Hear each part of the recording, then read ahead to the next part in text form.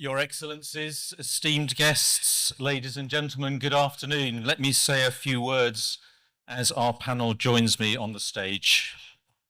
My name is Peter Rauch. I represent Mission to Seafarers, where I am Secretary General.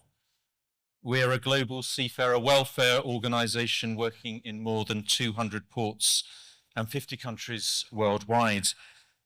I would like to take this opportunity to thank the Maritime Standard for empowering this high-level session and the conference in which it is set, and extend our grateful thanks to our host, the Ministry of Energy and Infrastructure. My own organisation appreciates deeply our partnership with these organisations, and since Trevor gave me a Maritime Standard tie last night, I felt honour-bound to wear it.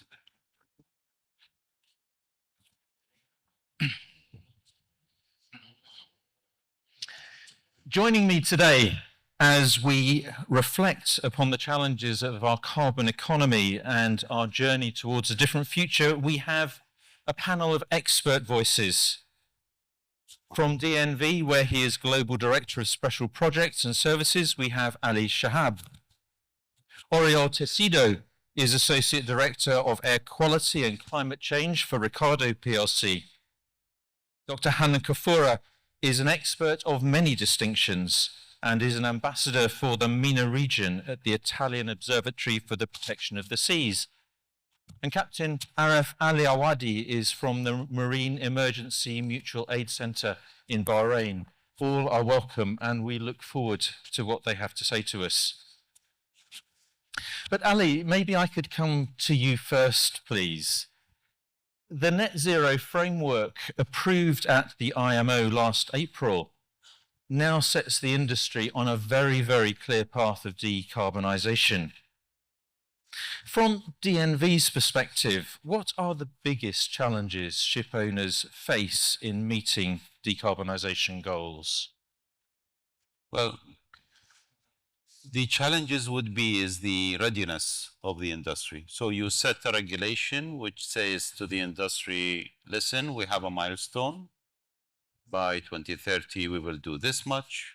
2040, we will do that much. And 2050, that's where we will go near to net zero. But then how can you enable the industry really to reach there? That's where every stakeholder and player within the industry, they come together, and then we collaborate. Okay. Yeah. So basically, if you have an existing fleet, which has a lifespan of another 5 years or 10 years, but that will go parallel to the 2030, whereby you start to have harsh reduction of your carbon footprint. And therefore, what are you going to do? You're going to scrap the vessel? No, of course, you're going to try, as the examples which were mentioned in the earlier session about, you start to do things by improving the hull optimization, reducing your fuel consumption, and this and that, and until you reach to the maximum. Okay. Yeah. It's just like a 60-year-old trying to go back in time and be younger. But there is so much for, the industry can do to make that. But then, hoping by then, is that you would reach the maximum lifespan of the asset, and then you shift into something new, whereby with a better technology and so on. However, parallel to that as well, so we have the alternative fuel to be available, and that's a dilemma at the moment of many of the stakeholders. Shall we use A or B or C or D? But that's the alternative fuel. But then the technology as well to use that alternative fuel, is that ready or not? So therefore, when you find yourself that the whole industry is collaborating to achieve that timeline, and therefore the likes of DNV and other Maritime IX members, we work very closely with the industry to help them reach there. And what do we do in this regard? So we have joint industry projects, we have joint development projects, and therefore a lot of researches that are happening. And when it comes into DNV, So 5% of our annual revenue goes for R&D. Okay. Yeah. Right. So as well as the changes and the new options, the need for clear planning with long timescales, but also the generation of convergence within the industry and collaboration. Of course, but that, that massive change that you are bringing, what we call decarbonize and digitalize, therefore set the tone forward. You're introducing so much change which needs to be managed, especially when it comes into the human element, and we will talk about it later. I'm sure we will. Yeah. Yes, thank you. Oriol, I'm sure you will want to tell us about the contribution of air quality to this question of decarbonisation, which I would be really happy if you could.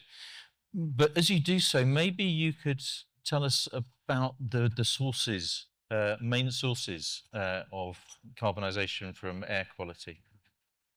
Thank you. Thank you very much for the organization to allowing me also to bring this topic into the conversation. And maybe first of all, we have to ask why air quality is important. And I think that the answer is very easy. Everybody breathes. We all do. In average, every breath that we take is half a liter. Over the course of a day, we are breathing in and breathing out around 10,000 to 20,000 liters. So you can imagine, even if we have a tiny, tiny percentage of pollution on it, it will have huge health impacts. Yeah. And it impacts all of us, even if we are indoors, outdoors, at sea, or at air. Yeah. So unfortunately, the statistics are very bad. Every year, there is around 8 million people that die because of air pollution. And these are World Health Organization statistics corroborated across the world. The children are also high impacted. 1 out of 10 deaths in kids under 5 years old are because of air pollution. So it's a very, very serious problem. 20 years ago, we thought it only had created problems to our respiratory. But now we found out, scientists found out that it impacts all our major organs. That includes our heart, it includes our lungs, liver, reproductive system, even the brain. So kids that are exposed to bad air pollution, they develop not as fast as others, which makes, I think, air quality a public health crisis that we have to tackle in all the sectors, and maritime is one of those. Okay. You ask also what are the sources. So the sources of air pollution are the same ones as the decarbonization. So we can tackle both items at the same time. Okay. So this is very important. Also, it's important from an economic perspective. Air quality, unfortunately, has very, very high impact on our society and on our economy. Because of these 8 million deaths, it has around 6% of the GDP is expended because of air quality. Well, this morning here, Captain Safe mentioned that there is expected to be a spending of $1 trillion to decarbonize the maritime industry. Do you know how much we expend every year because of air pollution? 8 trillion. So every year, we could decarbonize the entire maritime industry 8 times. So I think bringing this argument into the conversation is important. It can help us rebalance this economic challenge that I see in the maritime industry to move forward. So I think it's an important one. Then going back to your real question, which is the emission sources. Yeah, and what can we do about it? So bearing in mind this is there, what practically can we do as an industry? So first of all is, can we assess it? Because yes, we can. And I have a scientific background. What we do is we take samples of the air, we bring it to the lab, we check which chemical components are inside of it, and then we pinpoint which are the sources. When we do it here in the UAE, but also in Europe, in Asia, and other places, we find that there are 2 contributions from maritime. One is from the ships that are near the ports, the ones that we have nearby, primary pollution, but also the ones that are in the middle of the ocean. The air around us can move 10,000 of kilometers in a day. So today, maybe I'm breathing something that was yesterday in the middle of the ocean. So the emission sources that we have is the combustion of the fuels in the ships, which both emit NOx particles that affect my health, but also CO2. There is also the volatile organic compounds in the transferring of some materials in and out. And there is also in the port hoteling and port operations. So these are the three. And the solutions, I think, have been well explained over all the day. It's electrification of ports. It's moving to cleaner, sustainable fuels. It's moving to better handling or more efficiency in our operations, which all reduces the emissions. Thank you, Ariel. I think we can do it, and we are in the right track. That's lovely. And I'm glad you've moved on to focus a little bit there on ports, because for Dr. Hanan, ports are a very particular area of your expertise. I wonder if you could talk to us about the ways in which climate change is impacting life in ports and the operations of ports. And again, what kind of practical steps from where you see things can ports and marine clusters be taking? Okay, thank you for the question. Excellencies, distinguished delegates, ladies and gentlemen, today from the United Arab Emirates, a global hub of innovation and maritime excellence, we proudly stand with the International Maritime Organization for the future of our oceans and our industry at this defining moment, as currently the maritime industry is undergoing historic transformation, driven by stricter regulation, innovation, and technological advancement. However, decarbonizing the maritime industry is not merely an option, it's an imperative necessity to protect biodiversity, to mitigate pollution, to reduce climate change impact, and most importantly, to write a new bold chapter in our ocean history. Moreover, ports will be the backbone of the green transition, acting as innovation and energetic hub, responsible for the supply, storage, and production of clean energy. And as was reported by the International Renewable Energy Agency, at least 50% of low carbon fuels by 2050 will be passed through our ports. Nevertheless, the climate change is putting our ports under serious risks. Rising seas, extreme weather, and violent storm could threaten 3.5 trillion in port infrastructure, endangering cities' lives and economics.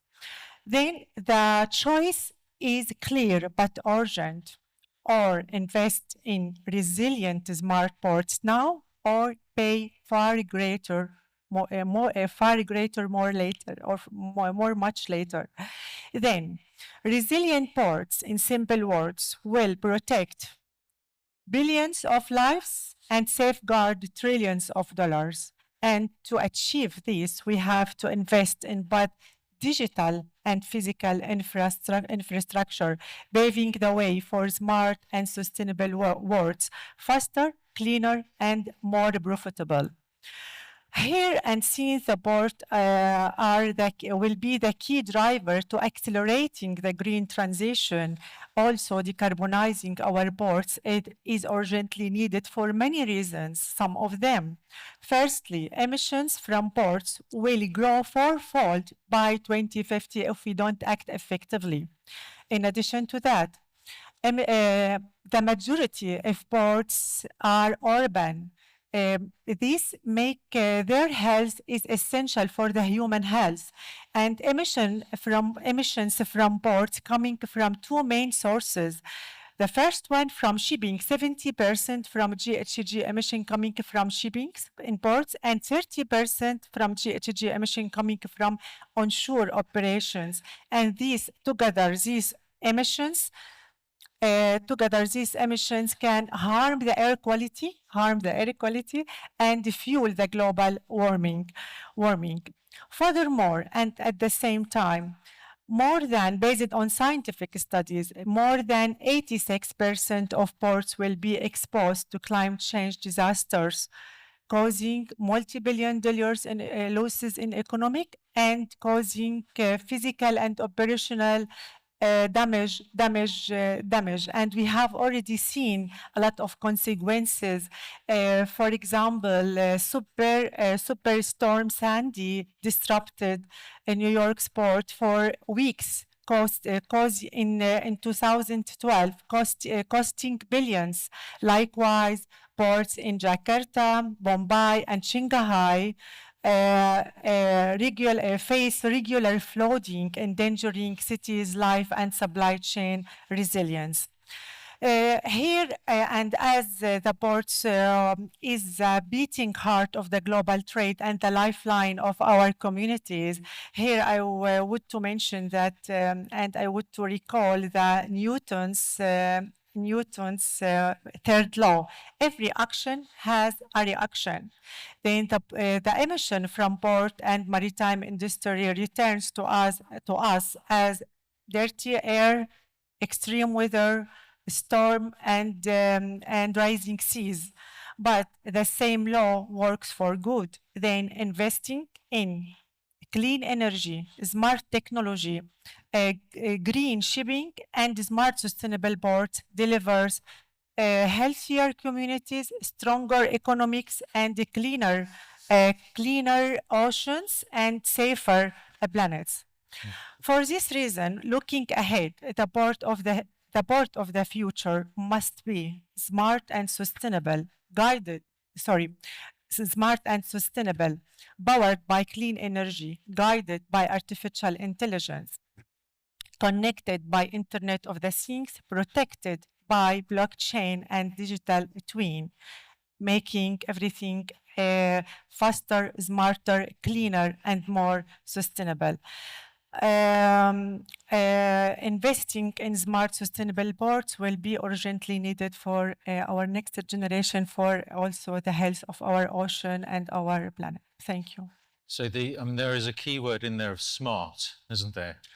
Which I suppose in that menu of things that we need to be addressing does focus our eyes, our minds towards the question of the digital side, which I know there is a lot of conversation about in the industry. We'll talk about that in relation to ports in a minute. But Ali, as you look at the shipping side of things, what is the role of digital in accelerating decarbonisation and in the shipping industry and keeping it safe, keeping it reliable?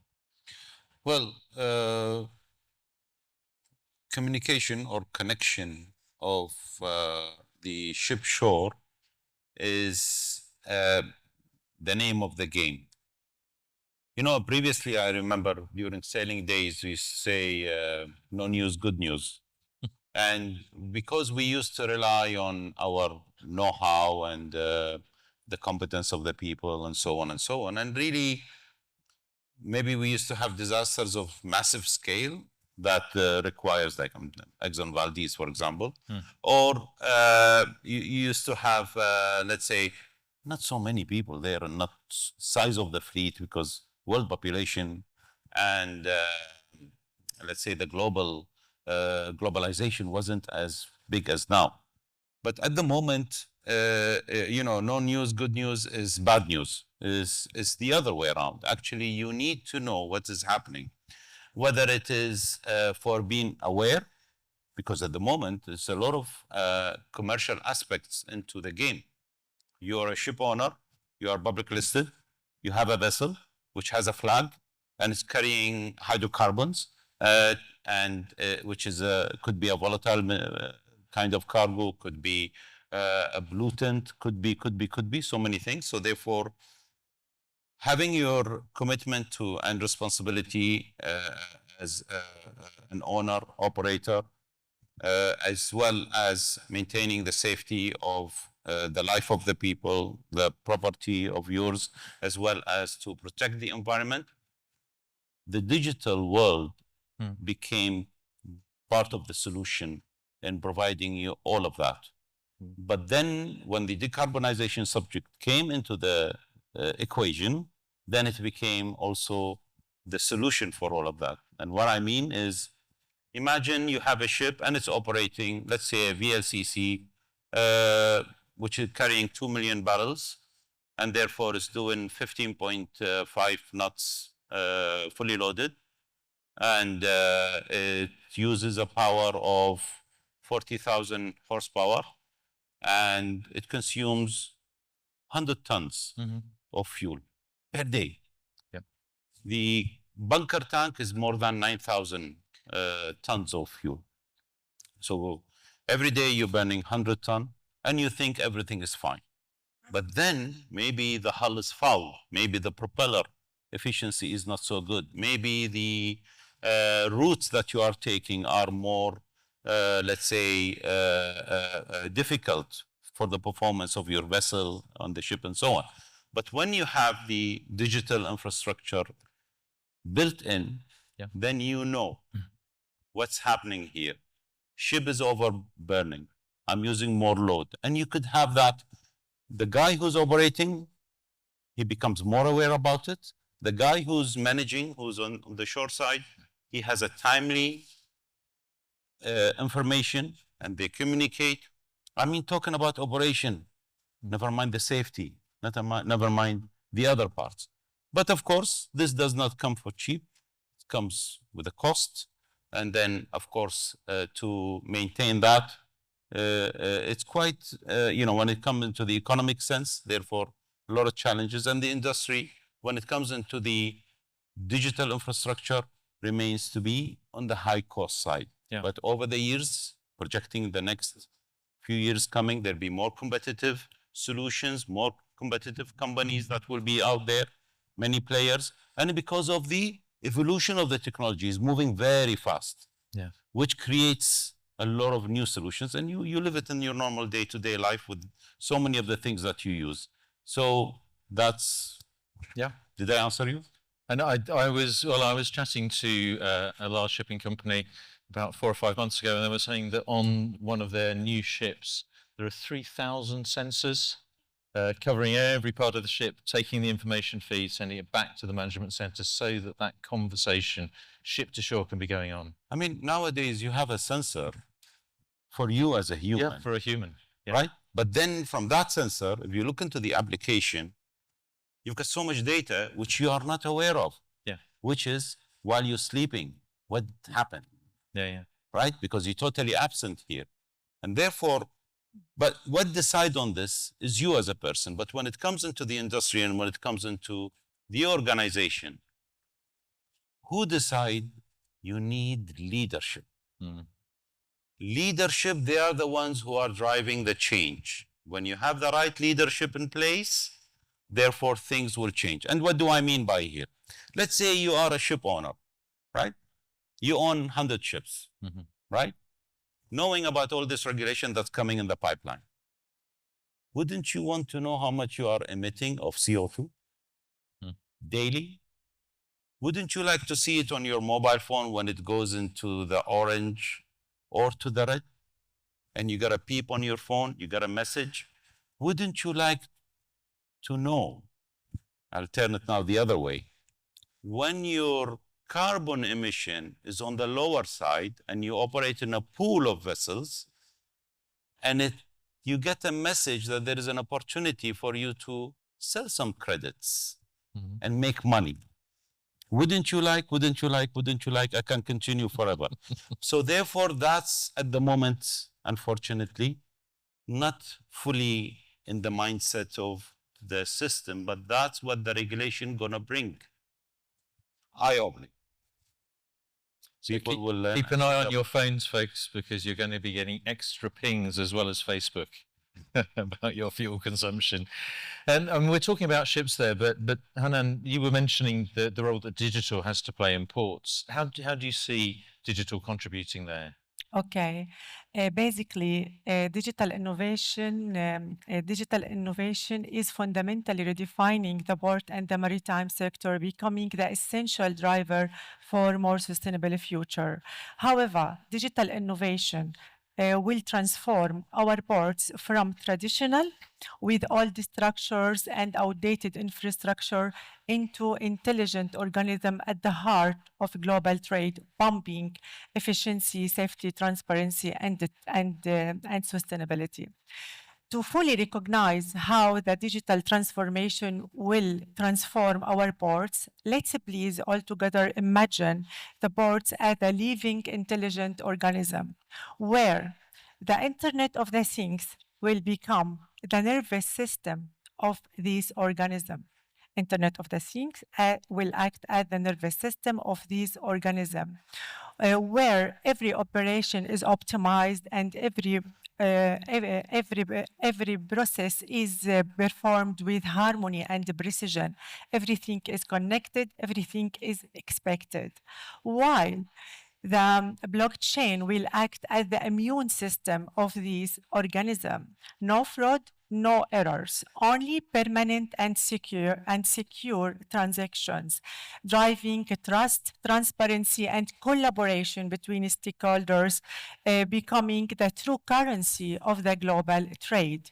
In addition to that, digital twin will act as the insightful eye which transform the visibility into foresight. A perfect virtual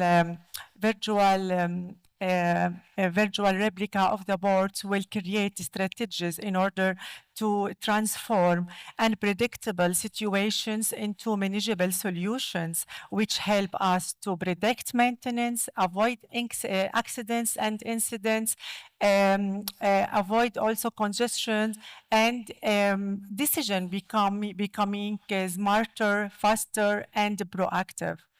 In addition to that, and at the heart of everything, artificial intelligence will act as the thinking mind of this organism, analyzes, plans, and improves our operation.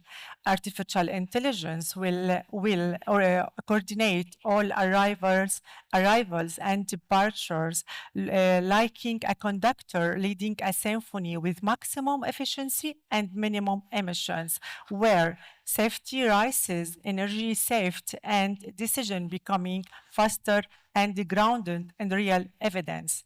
Then, also, I would mention concrete examples from the region after deploying digital technologies.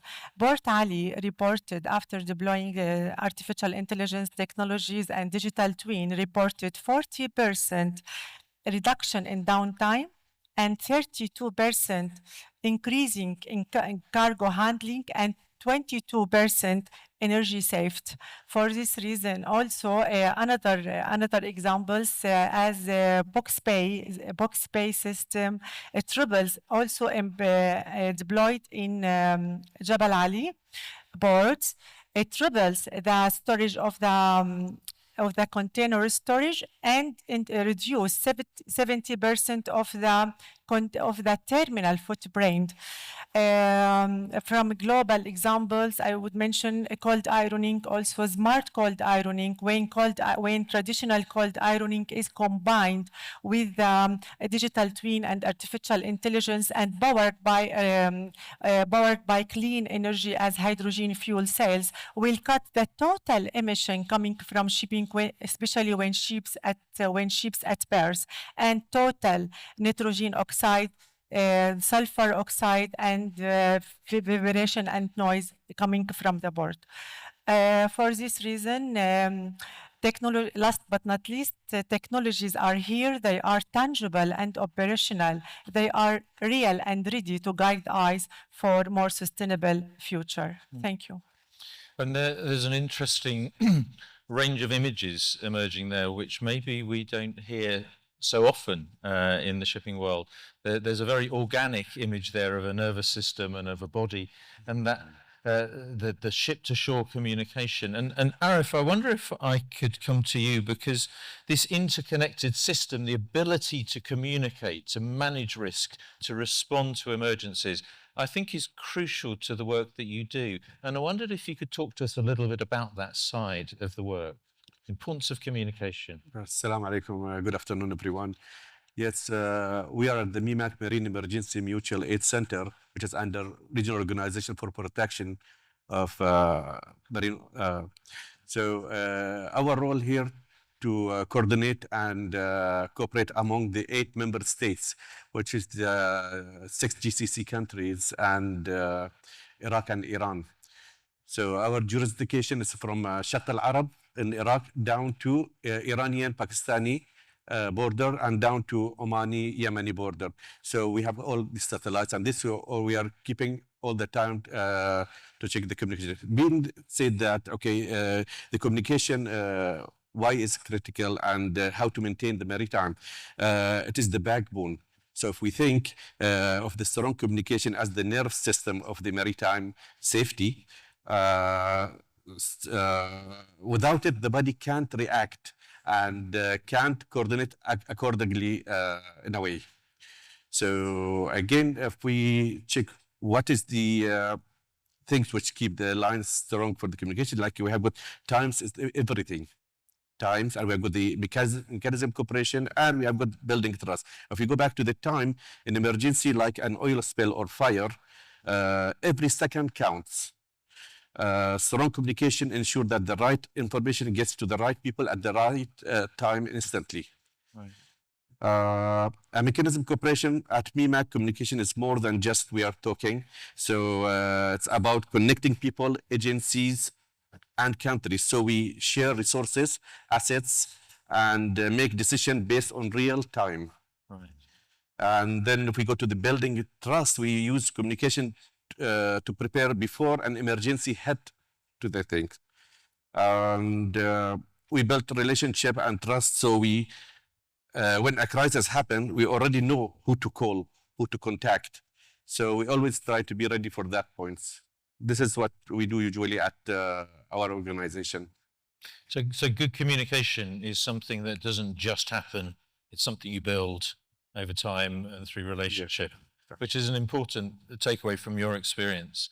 But communication is only one part of the crucial relationships that are involved in your work. And what part does regional collaboration play in ensuring that there really is effective communication and effective response? Because we are sitting within a region with some very shared common concerns.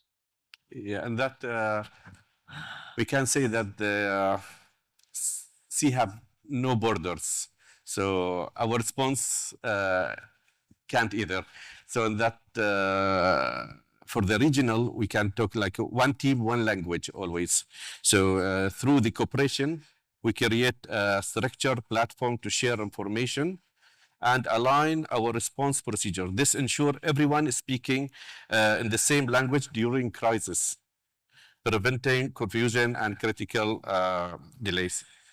The IMO guiding line hand, the International Maritime Organization IMO, provide the global playback of cooperation. At MEMAC, we take the principle and put them into action, translating global guidance, effective regional support and action. So again, we have with personal connection, we facilitate joint exercise usually. Like we have got OSRO, the oil spill response officers, in each our member states under the national focal point. They are our colleagues. They are in 24 hours, 7 days, 360. They are ready there. So if anything happen, any crisis, any incidents happen, they contact us or we contact them to be on the line with us as a regional. So they are always there. We have got even our satellite at the ROPME at Kuwait headquarters, which is monitoring as an orbit all the time the full region, if anything happened for that. And we direct it, being communicate with our member states or any incidents happen between two of the member states. So we inform the both countries so we can coordinate and work together at the same time. Or we can, even if it's the incidents bigger than that, we can activate the regional contingency plan. Even we can call assistance from outside to keep our region, this region, always clean and ready for any incidents in the future. Thank you. And I didn't chat to you about this beforehand, but I'm just interested in, as we think about alternative fuels, which offer real potential for clean energy, but potentially toxic consequences if we get it wrong. What currently is the thinking and planning around that for this region, the transition to different fuels? Is that an active area for work? So, sorry, can you come back again? Is it an active area for work planning for alternative fuels and the risks associated with those? And how easy is that to do when we're in such a fluid? Well, we are always trying to catch up and implementing all the IMO conventions to this region, so we can follow that. Yeah. Rather than that, we as an organization in this region, we are always in contact with other organizations which are in the Red Sea and the Middle East there and we are always even in contact with the port state controls in the region. So they are doing this job too.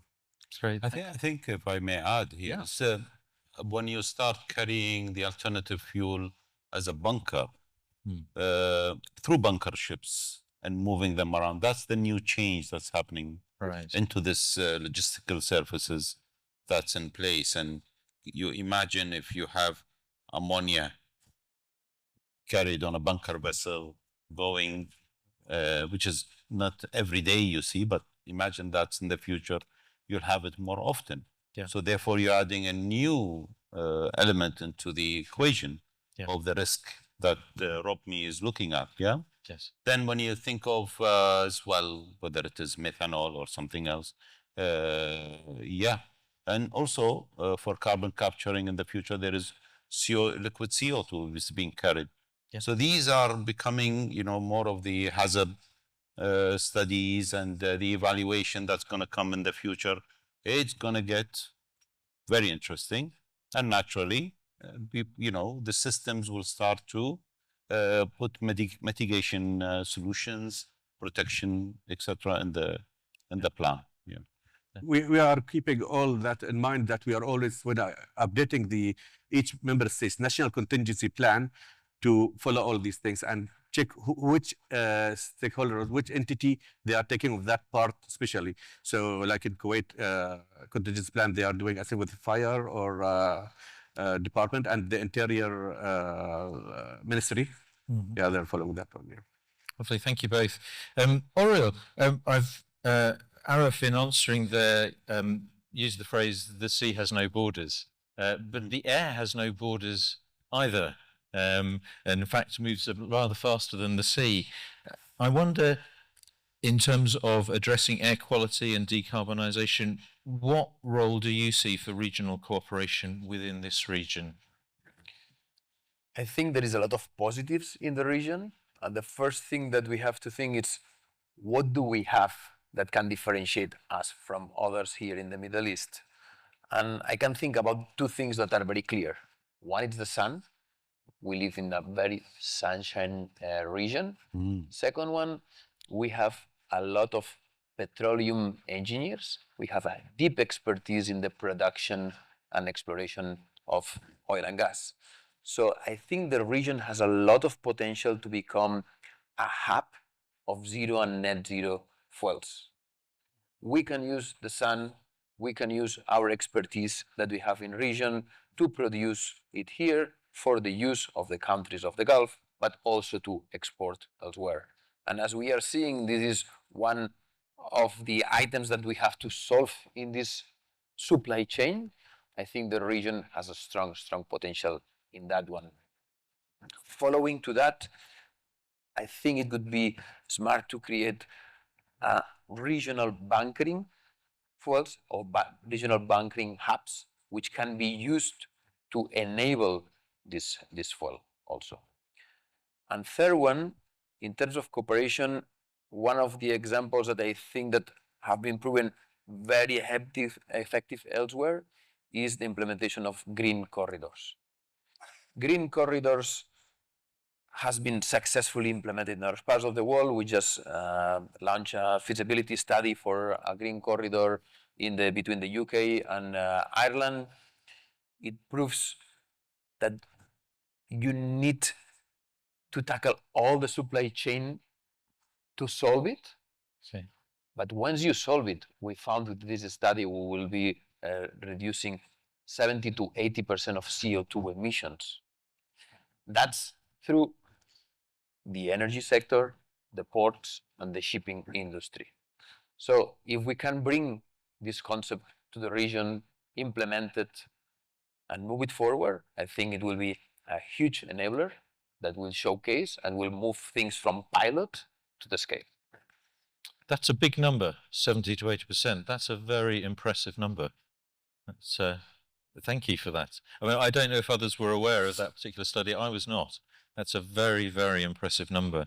Maybe just to give where the savings come. So this is from a ferry carrier, operates daily 4 ferries in each direction, and the decision is to move to shore cold ironing plus e-methanol on the ships. Thank you.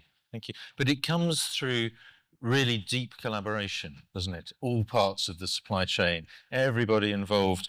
And Ali, I wonder if I could come to you and just ask, how is it that DNV is working with regulators, with ship owners, with technology providers to foster really practical and scalable solutions? Well, what the term we use is collaboration is the fuel of the future. Okay. Yeah, so that's people collaborate in order, reach the net zero by 2050, and therefore one of our contribution into the industry. So we have the energy transition outlook, which we launch it every September of every year, and it gives a projection of how do we see this transition of net zero up to 2050. It's available free of charge on the DNV website. Part of that report, what we call is the Maritime forecast to 2050. And that is very maritime specific. And you look into there with the details and what happens from one year to another. That's where we see how the progression is happening. And what you will find in that report, there is a number that we talk about as well of how much investment needs to be made into the industry to enable it to reach into those targets. So is it 28 billion per year as the maritime industry need to spend, and then 3 times of that is on the shore side, needs to be done. By the way, so what we call is the maritime industry is black sheep of all other industries, and unfortunately it's left alone, for it to deal with itself. But I cannot, sort of transform my system without having an alternative fuel available. So therefore the industry ashore has to work with me in order for it to for us to work together in reaching the the holistic approach of 2050 net zero. However, when it comes on the shore side, refineries that want to produce alternative fuel, they need they need a market for it. They need there's economy that needs to be searched, and so on and so on. And that investment is based on that, and therefore everything will follow suit. So therefore, we work with the shore side, we work with the maritime side, and therefore to enable them to whether to produce the alternative fuel or for them to choose the right technology. And that's through advisory services, which is similar to other classification societies. We give a lot of advisory services into help them into making that very difficult decision. And therefore, doesn't stop here. So therefore, I'm talking about ship owners, for example, or ship operators or managers. But then when you go to the shipbuilders and the technology producers, those are the 2 guys which needs the maximum focus in order for things to happen. And then you bring the ship owner or operator or manager to come, and he chooses from that menu of choices that he could choose. It's an intriguing answer. I'm fascinated this afternoon by the images that our panel are using to explain their concerns and the things that they are working with. So we just had a very strong ecological image there, which I found fascinating, that we know we have an ecological issue to be addressed. And in order to do so, we find ourselves reimagining our human commercial activity in ecological terms. Ariel, when he was talking earlier about, because air pollution is a serious one. Yeah. So it takes me back into, 2009, when I was writing specification for the new ships. Yeah. And to build the new ships, and therefore, the maximum air pollution you will get is from oil and gas facilities on the shore side, and that comes from the flaring. So the local EPAs, they push them, flare less, flare less, flare less, and therefore that's a continuous challenge. The second one is, do you know that there is a ship that comes alongside to load cargo? And when they load the cargo, you have the cargo tank, so you have the drop line where you filling, let's say, crude oil. Now the air in the tank, where does it go? The air goes up, up, up, up, and through something called vapor return. And when you look at the ship as an oil tanker, so you have manifold on the port side and on the starboard side. So there are loading arms, 1, 2, and 3, and there is bunker, diesel, and fuel oil, and you have a vapor return, which is supposed to be a vapor that goes back into the refinery, and therefore they will use it for on and on and on. Or you don't send the vapor back, you send it through a mast, that where the ship is loading, the vapor goes to the atmosphere. Correct? Yep. Right. So how many ports in the world get the vapor return? And therefore, if you look, the amount of pollution that happens as we speaking from local oil terminals is huge. I'm talking about loading ports. Hydrocarbon. It's unbelievable because the quantities, when you start to calculate, that's why I gave the example when I did That's extraordinary. writing the specification, I was looking for a solution because the refineries back in Kuwait, they don't do vapor return. So I looked for a technology and I found it, and it's called DVOC. So it reduced the vapor generation inside the tank by 70%. Right. So that's my contribution back into the society in order to reduce my emissions and therefore the pollution into the air. And that called the cabinet dilemma. Government cabinet dilemma, it's a hypothetical story which I use normally to get budget approval. And basically it's like this. The story goes like this. It's very nice, guys. Really, really. It took me many years of losing hair and to sit in front board and to explain to them, why do I need this budget? So basically the story is that when you are in the cabinet, you have a prime minister. The prime minister, his biggest enemy is the health minister. Because the health minister always come up year by year with more budget. The reason is, people are, sort of the number is growing, population is growing, then health services growing, the needs are growing, then budget year by year is growing. And he keeps complaining to this health minister, why don't you just hold on to the budget and try to keep it steady? This growth that you have, I cannot manage it. And the same thing that the health minister would say to the prime minister, it's not my fault. You have a bad quality air that is causing people to get sick. And we have to spend more money on treating them. So whose fault it is? The environment minister. The environment minister says, not me. He said, who is it then? We gave the reports. We said there is a problem with the quality of air. It's oil minister. So then the oil minister, and that vicious circle keeps going. And you need a leadership to say, guys, that's it. There's no more. I think I'm taking the time of everybody. That's the kind of dilemma. By the Thank you. We are coming to the last sections of what we're going to do, but I did want to ask Hanan, from where you sit, what do you see as the things that the industry can do to accelerate this transition to zero carbon? Okay, thank you for the question. Initially, I want to highlight some global alarming number in order to truly bring the maritime challenges into focus.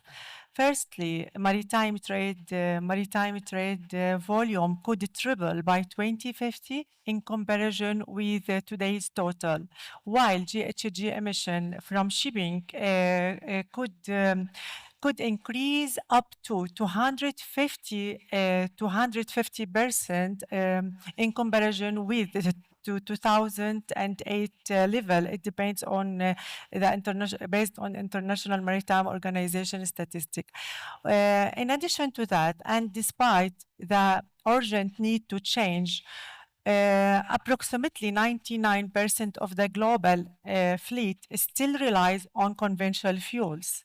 Moreover, more than $100 billion needed annually to decarbonize the maritime industry. They're based on UNCTAD 2023. And finally, more than 86% of ports will be exposed to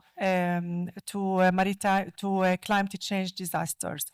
Then the challenges are huge. Then collective efforts is needed to transform these challenges into strategies and into implementing strategies to go forward. From those will be firstly investing in port infrastructure or maritime infrastructure, especially in ports, and transform them from traditional into smart and sustainable.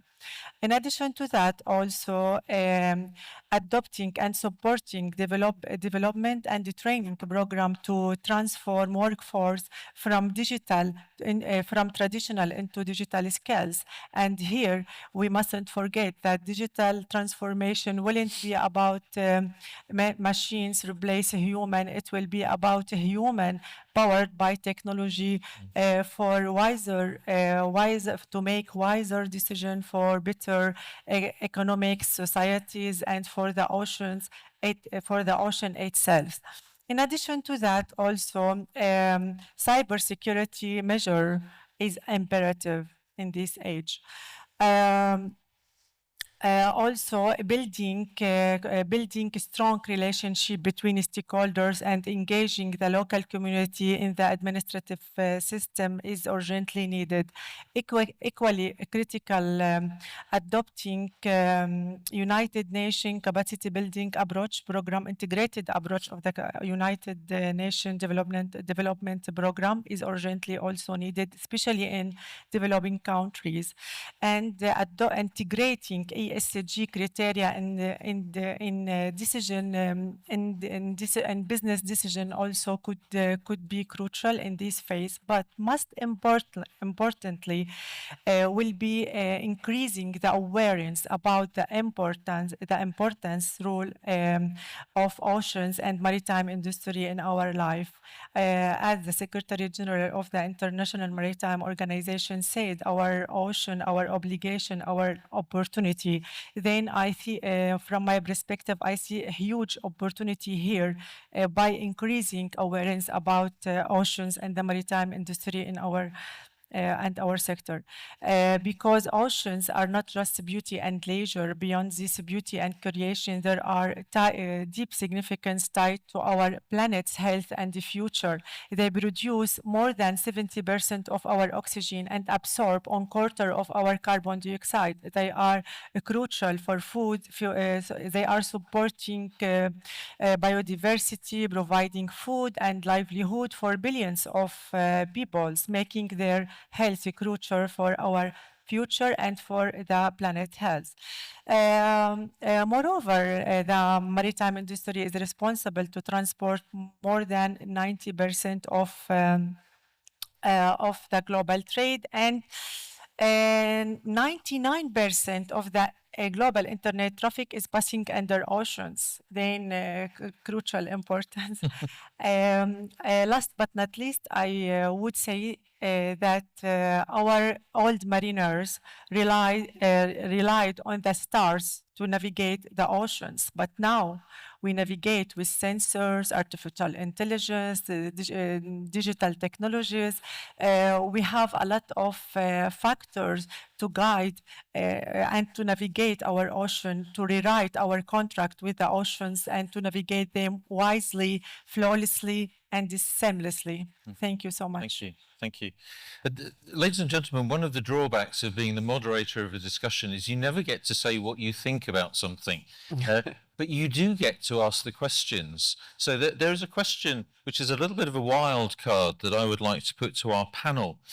Because I was chatting with Lloyd's Insurance in London probably just a couple of weeks ago, and they were updating me on the statistics for claims, maritime claims, and saying that it remains the case pretty much as it was about a decade ago, that 85% of maritime claims have human error somewhere within the mix of causal factors in a significant way.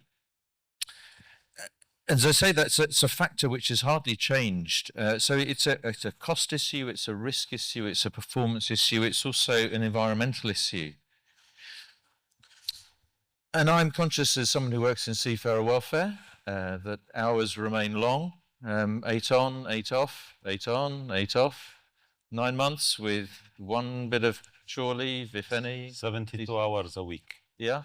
And by reputation, working records falsified on a regular basis. You get detained if you do that. So there are particular challenges for our seafarers.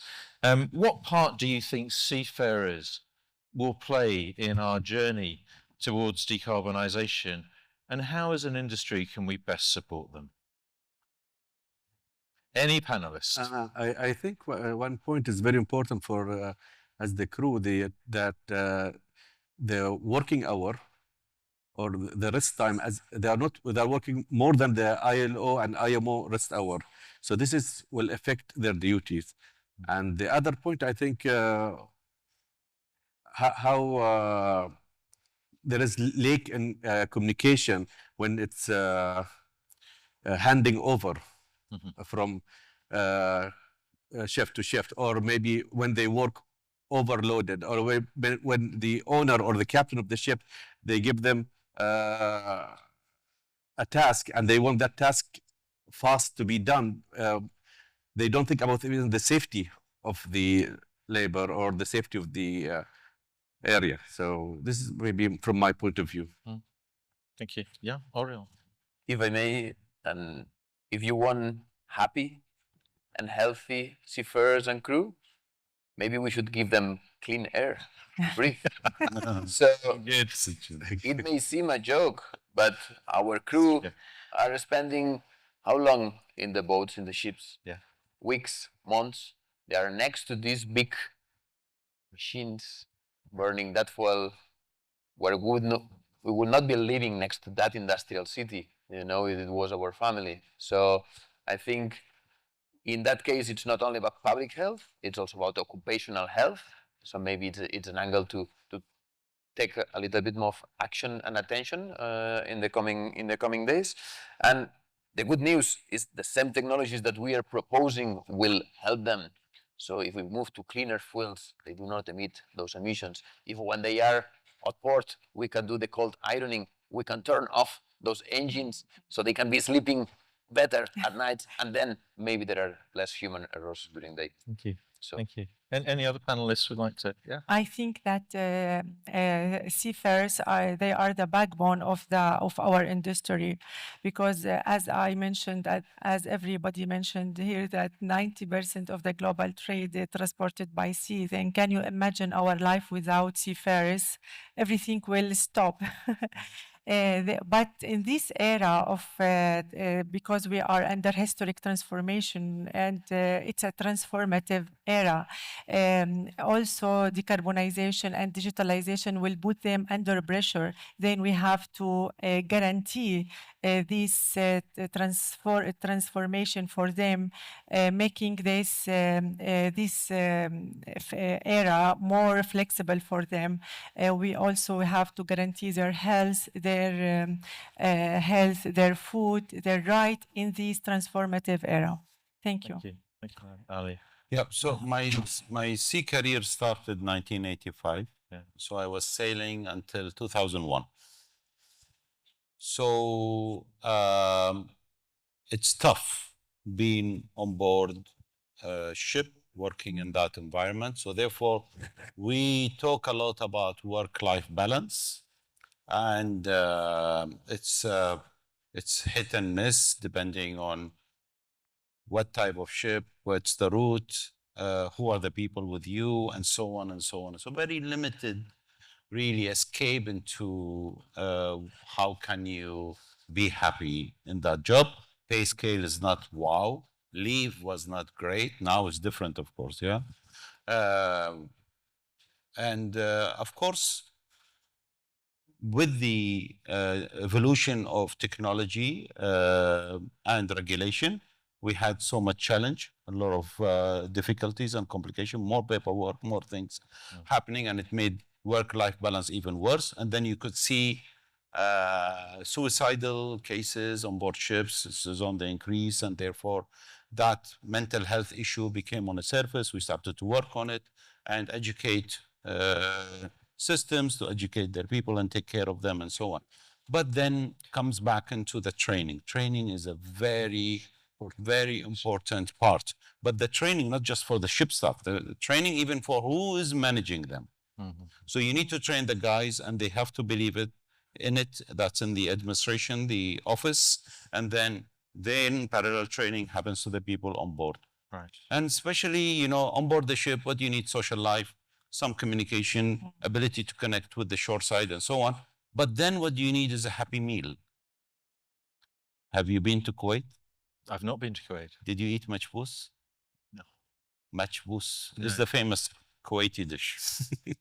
So my chef at home, when I brought him from Bangladesh, he tried to cook matchbous, but it didn't work. So I sent him to my mother for a week.